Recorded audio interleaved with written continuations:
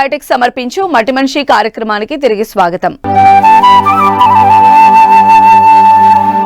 అధిక దిగుబడుల సాధనే ధ్యేయంగా వ్యవసాయంలో భూములు సారాన్ని కోల్పోయి నిర్జీవం అవుతున్నాయి. వస్తున్న దిగుబడుల కన్నా వేస్తున్న రసాయన ఎరువులే అధికం. ఇలాంటి సమయంలో భూసారాన్ని పెంచి నాణ్యమైన దిగుబడులను తీయాలంటే సేంద్రియ ఎరువుల వాడకం తప్పనిసరి. సేంద్రియ ఎరువులంటే ఒక పశువుల ఎరువే కాదు, జీవన ఎరువులు, పచ్చిరొట్ట ఎరువులు, వర్మీ కంపోస్ట్ కూడా వస్తాయి. వానపాముల విసర్జితమే వర్మీ కంపోస్ట్. ఈ వర్మీ కంపోస్ట్ ను ఎలా తయారు చేసుకోవాలో ఇప్పుడు చూద్దాం.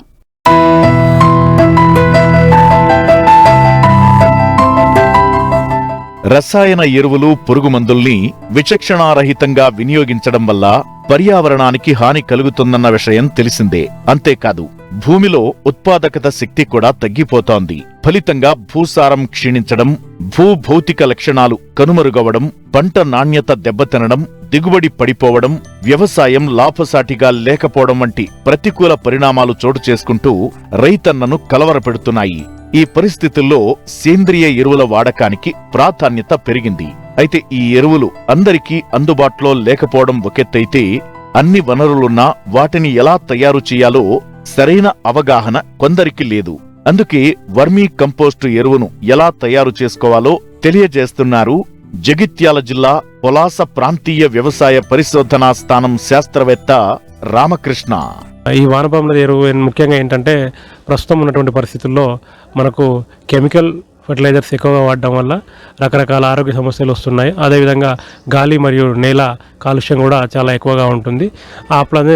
ఆ సమయంలో మనం ఈ వర్మి కంపోస్ట్ని, వానపాముల ఎరువులు కనుక వాడినట్లయితే నేల మరియు గాలి కాలుష్యం తగ్గుతుంది. అయితే ఆహార పంటలు కూడా చాలా అంటే ఎలాంటి మనకు పురుగు మందుల అవశేషాలు లేకుండా చాలా ఆరోగ్యమైన ఉత్పత్తులు, దిగుబడిని సాధించడం కొరకు ఆస్కారం ఉంటుంది. సో ముఖ్యంగా ఈ తయారీలో ఏం చేస్తామంటే, ముఖ్యంగా మనకు ఒక 3 అడుగుల లోతు ఉన్నటువంటి ఒక గొయ్యిని తవ్వుకొని, ఆ పొడవు కూడా మనకు ఉన్నటువంటి స్థలంలో సమపాలుగా చేసుకోవచ్చు. ఈ 3 అడుగుల లోతు గొయ్యిలో మొదటగా మనము మొదటి పొరగా గడ్డి లేదా ఎండిపోయినటువంటి ఆకులు కానీ కొమ్మలు కానీ వేసుకుని, వాటిపైన మనము తర్వాత పశువుల ఎరువు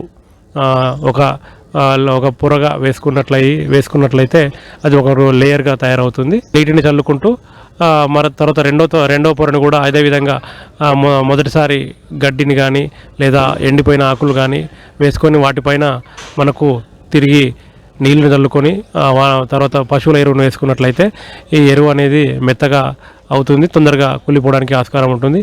ఆ తర్వాత తేమ పోకుండా మనము దానిపైన గోనె సంచులతో కప్పుకుంటే ఆ తేమ అనేది మనం కాపాడుకున్న వాళ్ళం అవుతాము. ఈ విధంగా 15 రోజుల తర్వాత మనము వానపాములని వదులుకోవాల్సి వస్తుంది. 1 చదరపు మీటరు వ్యాసార్థం ఉన్నటువంటి ఎరువుకి మనకు 1 కిలో అంటే దగ్గరగా 750 నుండి 1000 వరకు వానపాములు అవసరం అవుతాయి. ఈ వానపాములను ముఖ్యంగా మనం వదిలే ముందు ఈ పై పొరను కొంతవరకు వదులుగా చేసి ఈ వానపాముల్ని వదులుకున్నట్లయితే అవి త్వరగా వానపాములు త్వరగా లోపలికి ప్రవేశించి దాన్ని తింటూ కాలక్రమేణా ఎరువుగా మారడానికి ఆస్కారం ఉంటుంది.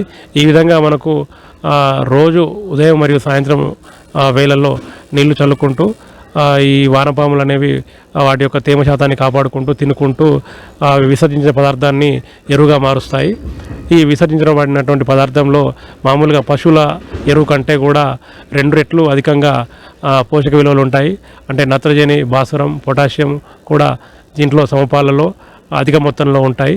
ఈ విధంగా వీటిని తయారైన ఎరువు మనకు ఒక 60 రోజుల వరకు చేతికి వస్తుంది. ఈ 60 రోజుల తర్వాత దీన్ని మనము తయారైనటువంటి ఎరువుని పై పొరలుగా తీసుకుంటూ ఉండాలి. ఈ పై పొరల్ని శంకు ఆకారంలో కుప్పలుగా చేసుకొని మనము దీన్ని